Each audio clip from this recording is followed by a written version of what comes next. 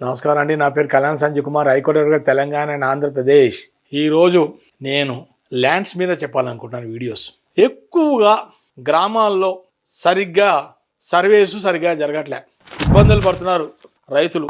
రికార్డ్స్ని ఎప్పటికప్పుడు అప్డేట్ చేసుకోవాల్సిన బాధ్యత ప్రభుత్వాందే. ఏ ప్రభుత్వమైనా తీసుకోండి, ఆంధ్రప్రదేశ్ గవర్నమెంట్ అయినా సరే, తెలంగాణ గవర్నమెంట్ అయినా సరే, టోటల్గా ఉన్న లక్షల ఎకరాల భూముల్లో, పట్టా భూముల్లో చాలామందికి రైతులు వాళ్ళవి రికార్డ్స్ సరిగా ప్రాపర్గా ఎక్కట్లేదు. రెవెన్యూ రికార్డ్స్లో ప్రాపర్గా ఎక్కాల్సిన బాధ్యత, వాళ్ళు చేయవలసిన బాధ్యత అంతా కూడా ఇక్కడ తెలంగాణలో అయితే మండల్ రెవెన్యూ ఆఫీసర్, ఆంధ్రాలో కూడా ఎంఆర్ఓ మీద పడింది. ఆంధ్రాలో అయితే కొంచెం పైన ఇంకో అధికారి అయినా కలెక్టర్ దాకా ఉంది అక్కడ రెస్పాన్సిబిలిటీ. అసలు ఏది కూడా రికార్డ్స్ అవ్వట్లేదు. రికార్డ్స్ రెవెన్యూ రికార్డ్స్ అవుట్డేటెడే చూపిస్తుంది, అప్డేటెడ్ అవ్వట్లే. రికార్డ్స్ ఎప్పటికప్పుడు రెవెన్యూ రికార్డ్స్ ఎక్కిట్లే.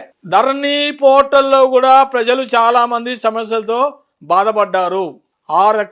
సుమారుగా 6-7 లక్షల మందికి సరైన రికార్డ్స్లో ఎక్కక చాలా బాధలు పడ్డారు.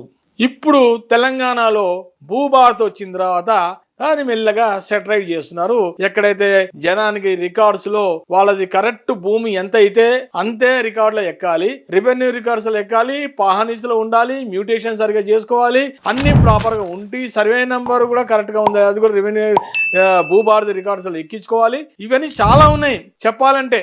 ప్రజలు మీ దగ్గరికి ఆన్లైన్లో అప్లికేషన్ పెట్టుకోవడానికి వచ్చినప్పుడు ఎంఆర్ఓ గారి బాధ్యత దాని వెంటనే స్పందించి ఎక్కడన్నా లోపాలుంటే భూముల్లో సర్వేని వెంటనే అక్కడికి పంపించి దాని సరిగా కొలతలు కొలిపించవలసిన బాధ్యత సర్వేది, పంపించవలసిన బాధ్యత ఎంఆర్ఓది.